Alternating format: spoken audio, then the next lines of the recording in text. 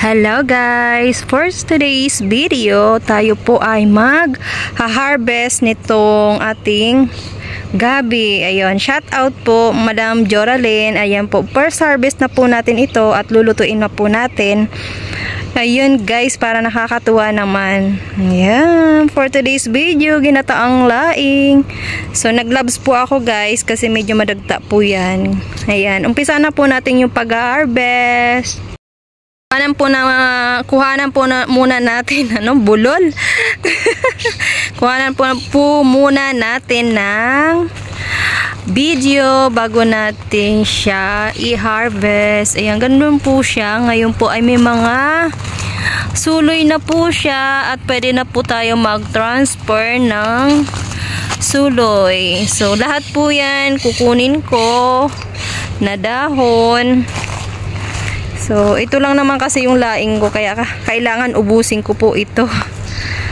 Ayan, di ba makakatuwa? Let's go! Tayo ay mag-harvest na. Ayan.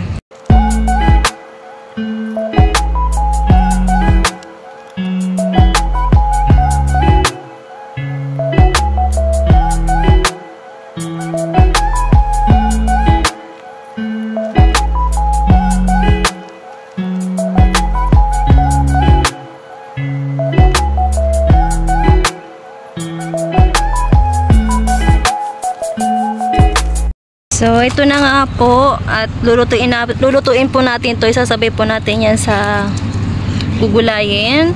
At ganito na po yung itsura niya. Ito mag-aano naman yan, susuloy naman po yan. At ito po yung mga itatanim ko, itatransfer ko. Yan. Ganyan na po siya. Tapos yung mga kangkong, meron na din po suloy. Ayan. Tara, kuha naman tayo ng sili at saka tanglad. Ito naman guys yung sili natin. Yung iba po nakapagpitas na ako ng madami. Nandun lang sa refrigerator. So yan, dagdag natin to guys. At mayroon pong mga panibagong bunga. Ayan, 4 na puno naman po ito. Kaya dadagdag po natin ito. Ito naman po yung puno ng tanglad. Lalagyan po natin ng tanglad yung ating gulay para mas masarap po, 'di ba? Yung ulam natin ay from the garden. Walang imposible. Kahit nasa ibang bansa tayo, ibang lugar, pag may paraan talaga na magtanim ka. Katulad ko po, medyo malayo po ako sa cities, malayo po ako sa supermarket na para makabili po ng mga Asian food or Filipino food. Kasi ang pagkain naman natin, lalo sa kultura natin, nakakatanggal din po ng homesick. Ayan, kunin na po natin guys. So, ayan. Slicing ko na lang. Taran! Meron na po tayong libreng tanglad. Ayan, 2 po kinuha ko. At meron po tayong gabi. Ayan. Para po akong nakauwi ng Pinas. So, pakiramdam ko po. Tsaka meron po akong sili. Ayan po yung sili mga naipon ko. Ito po yung pinitas natin kanina. Yan. Nakakatuwa lang po talaga. Kala mo umuwi ako ng Pilipinas. So, makakakain ka din pala kapag may paraan na magtanim ka kahit sa paso lang po. Ayun. Thank you Ma'am Joralyn ulit. Ayan. Paulit-ulit ako nagpapasalamat sa iyo at inalagaan ko. Heto na siya ngayon, no.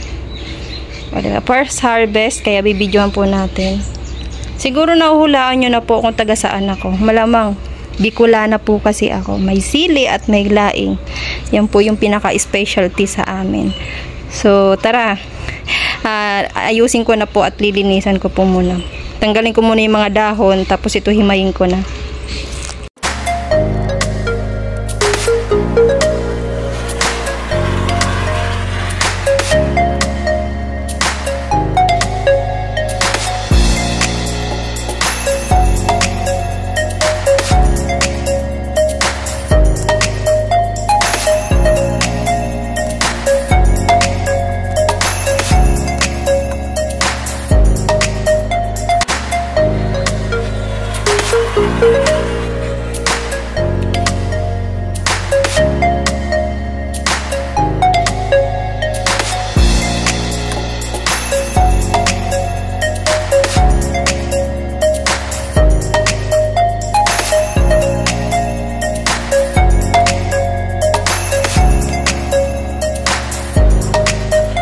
Charan! Ayan, tapos na po tayo magayat.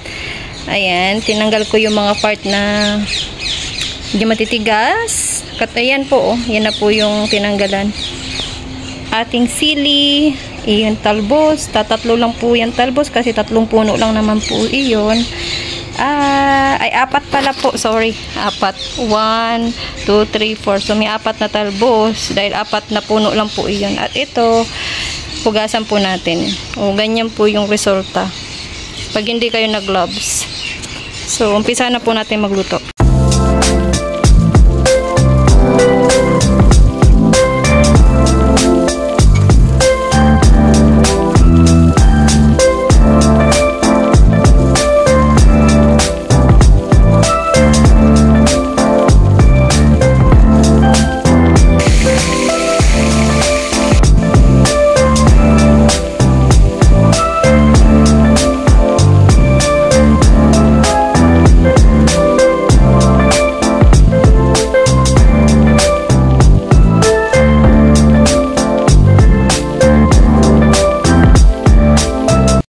Hello guys, ayan, tapos na po tayo magayat. Nag-prepare na po ako ng tanglad. So, ganyan lang. At onion, garlic, ginger, spicy or sili. Yan, may malaking sili tayo guys. So, ilalagay natin. So, meron tayong salt, black pepper, and 2 liquid coconut. Yan. Yan po ilalagay natin. At pagsasama-samahin na po natin yun guys. Lalagyan po natin ng pritong tilapia.